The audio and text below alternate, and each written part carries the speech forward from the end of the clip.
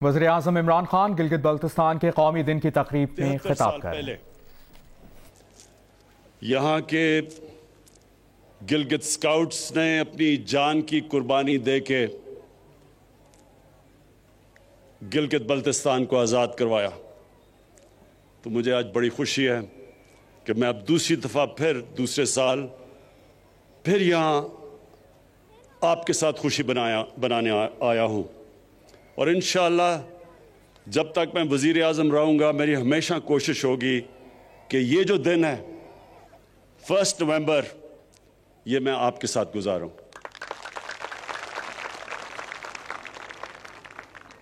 میں گلگت 15 سال کی عمر پہ پہلی دفعہ آیا، تب یہ کاراکورم ہائی وے بن رہا تھا۔ میں اپنے اسکول کی ٹریکنگ ٹیم کے ساتھ آیا، اور وہ جو 15 سال سے مجھے ٹریکنگ کا شوق ہوا وہ آج تک ہے، اور وہ اس لیے کہ اس سارے علاقے میں جو ٹریکنگ ہے وہ دنیا میں کہیں نہیں ہے۔ یہ وہ اللہ نے اس علاقے میں وہ خوبصورتی دی ہے، اور اس طرح کے جو پہاڑ ہیں اور ان پہاڑوں کے اندر جو علاقے ہیں وہ کہیں دنیا میں نہیں ہیں۔ تو میں صرف ایک میرا پرائم منسٹر بننے کا ایک نقصان یہ ہوا کہ میں اب ٹریکنگ نہیں کر سکتا، لیکن جب بھی موقع ملا تو انشاءاللہ یہاں پھر سے آؤں گا ٹریکنگ کرنے کے لیے۔ خواتین و حضرات، آج ایک تو خراج تحسین پیش کرنا تھا گلگت سکاؤٹس کو اور ان شہداء کو جنہوں نے قربانیاں دے کے اس علاقے کو آزاد کروایا۔ دوسرا، میں نے آج گلگت بلتستان کے لوگوں کو دوسری بھی مبارک دینی تھی، اور وہ یہ کہ جو ہم نے فیصلہ کیا ہے کہ گلگت بلتستان کو پروونشل سٹیٹس دینا ہے، جو ان کی ڈیمانڈ تھی بڑی دیر کی، اور یہ یو این سیکیورٹی کاؤنسلز کی ریزولوشن کے بیچ میں رکھتے ہوئے ہم نے فیصلہ کیا ہے۔ وہ سیکیورٹی کاؤنسل کی جو ریزولوشنز ہیں اس کے بیچ میں ہم نے فیصلہ کیا ہے، لیکن مجھے پتہ ہے کہ یہاں کے نوجوانوں کی بہت دیر کی ڈیمانڈ تھی، تو میں آج اس کی بھی مبارک دیتا ہوں۔ اب جہاں تک پیکیج کی بات کی اور ڈیولپمنٹ کی، وہ میں آج بات اس لیے نہیں کر سکتا کیونکہ الیکشنز کے دن ہیں، لیکن میں صرف یہ کہتا ہوں کہ ہماری گورنمنٹ کی پالیسی، خاص طور پہ ہماری گورنمنٹ کی پالیسی یہ ہے کہ اپنے کمزور طبقے کو اٹھایا جائے، جو ہمارے غریب ہیں، جو پیچھے رہ گئے ہیں، جو 25% پاکستانی غربت کی لکیر سے نیچے ہیں۔ سب سے بڑی پرائرٹی ہے کہ ان کو ہم کیسے اوپر لے کے آئیں، اور دوسری جو پاکستان کے علاقے پیچھے رہ گئے ہیں، جس طرح گلگت بلتستان پیچھے رہ گیا ہے، اور اس کی بہت بڑی وجہ یہ تھی کہ یہ کٹ آف تھا۔ جب تک کہ کاراکورم ہائی وے نہیں بنا، ادھر شاید ہی کوئی آتا تھا اور ڈیولپمنٹ کی چانس نہیں تھی، تو اس لیے یہ پیچھے رہ گیا ہے۔ لیکن ہمارا قبائلی علاقہ بھی پیچھے رہ گیا ہے، بلوچستان بھی پیچھے رہ گیا ہے، سارے جو مغربی ڈسٹرکٹس ہیں پنجاب کے اندرون سندھ وہ پیچھے رہ گئے ہیں۔ تو ہماری پوری کوشش ہے کہ سارے علاقے ان کو اٹھایا جائے، اور جو پھر سے میں نے کہا جو ہمارا کمزور طبقہ، جو غریب لوگ، جو اس وقت 2 وقت کی روٹی صحیح طرح نہیں کھا سکتے، ان کو اوپر اٹھایا جائے۔ تو انشاءاللہ آنے والے دنوں میں آپ دیکھتے رہیں گے کہ ہم جس طرف جا رہے ہیں، ہماری جو سارا ڈیولپمنٹ کا پروگرام ہے وہ جائے گا ہی اس طرف، ان علاقوں میں جو پیچھے رہ گئے۔ میں کیونکہ آج